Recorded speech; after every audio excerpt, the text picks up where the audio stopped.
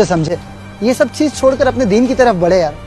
बस कर, बहुत घटिया मजाक किया है तूने मेरे साथ। देख जुनैद, मैं जानता हूँ मैंने तेरा दिल दुखाया है, लेकिन क्या जरूरत थी? जरूरत थी जुनैद, जरूरत थी। मैं तुम लोगों को ये बताना चाहता था किस तरह हम लोग इस दुनिया की मोहब्बत के पीछे भागे फिरते हैं यार। हाँ, किस तरह अपनी महबूबा को खुश करने के लिए, उसके मैसेज पढ़ने के लिए हम लोग क्या क्या नहीं कर रहे यार। हाँ, यहाँ तक कि वो सामने नहीं है तो भी उसके पसंद और नापसंद का ख्याल रहता है हमें। हाँ, और हमारा रब जिसने हमें पैदा किया है, उसे क्या पसंद है, उसे क्या नापसंद है, उसका हमें जरा भी ख्याल नहीं। होता ही नहीं, हमें उस पर असर ही नहीं होता यार। एक अदना सी लड़की, हाँ, अपनी महबूबा के भेजे हुए खत को समझने के लिए किस तरह भाग रहे हम लोग। खुद को नहीं पढ़ने आया तो दूसरे के पास चले गए, उस पर भरोसा नहीं तो तीसरे के पास चले गए, और न जाने कितनी कोशिशें, और अब चले भाषा को सीखने। सिर्फ उस अदना सी मोहब्बत करने वाली लड़की के मैसेज और उसके खत को पढ़ने के लिए। देख, तू उसकी मोहब्बत को अदना मत बोल। अदना है जुनैद, अदना है उसकी मोहब्बत। अल्लाह की मोहब्बत के सामने उसकी मोहब्बत धूल से भी बारीक है। अच्छा तू बता, हमारी माँ हमसे ज्यादा मोहब्बत करती है क्या वो एक लड़की जिसको हम जानते तक नहीं है? हाँ, तू बता ना, बता, हमारी माँ हमसे ज्यादा मोहब्बत करती है क्या लड़की? माँ।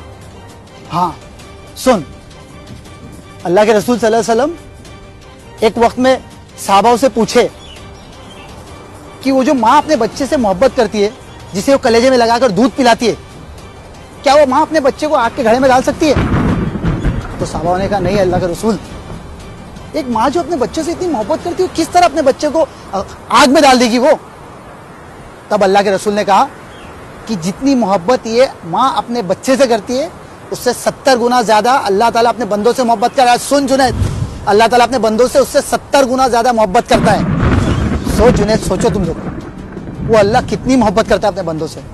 हाँ, उस अल्लाह ने भी हमें एक मैसेज भेजा है, उसमें बताया उसने कि उसे क्या पसंद है और उसे क्या नहीं पसंद है। कुरान मेरे दोस्त, अल्लाह ने अपने बंदों को मोहब्बत करता है इसलिए कुरान भेजा, उसमें मैसेज भेजा। इस मैसेज को उसने अपने पैगंबर के जरिए हम तक पहुंचाया, लेकिन उसे समझने, उसे पढ़ने के लिए हमारे दिल में कोई हलचल ही नहीं।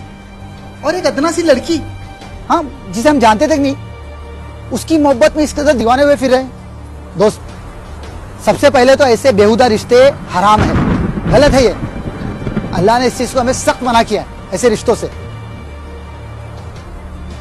लेकिन मैं इस खत के जरिए तुम लोगों को बताना चाहता था, तुम लोगों को एहसास दिलाना चाहता था कि हम भी इस अदना सी मोहब्बत को छोड़कर उस अजीम, सबसे ज्यादा मोहब्बत करने वाले रब के पैगाम को पढ़ने के लिए लपके उस तरफ बढ़े, ना कि छोटी सी मोहब्बत के पीछे भागे। यार पूरी बात ही नहीं सुनता है तू।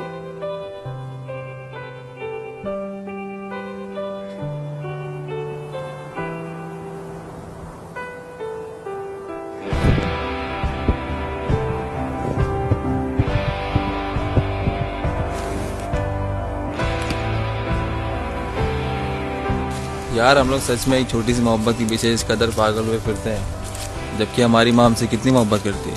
और सोच, हमारा रब हमसे इतनी मोहब्बत 70 माओं से ज़्यादा मोहब्बत करता है। कभी हमने वो जानने की कोशिश ही नहीं की, उसमें भी हमारा ही फ़ायदा है। और उस खत को पढ़ने और समझने के लिए हमारे सर पे जू तक नहीं रेंगती। और इस खत के लिए हम ना जाने क्या क्या कर रहे हैं। अल्लाह,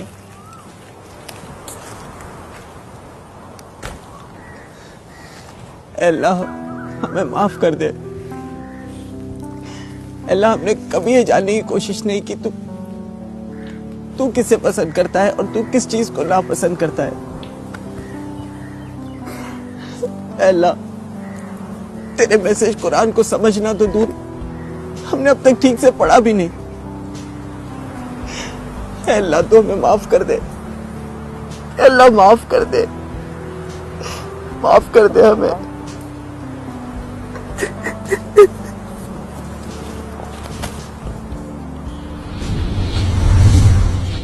तो दोस्तों, ये थी मेरी कहानी, जिसे आपको बताना ज़रूरी था, क्योंकि हमारी ज़िंदगी में इस तरह के या इससे मिलते जुलते हुए किस्से नज़र आते हैं, जहां हम दुनिया की मामूली चीज़ों को तरजीह देते हैं।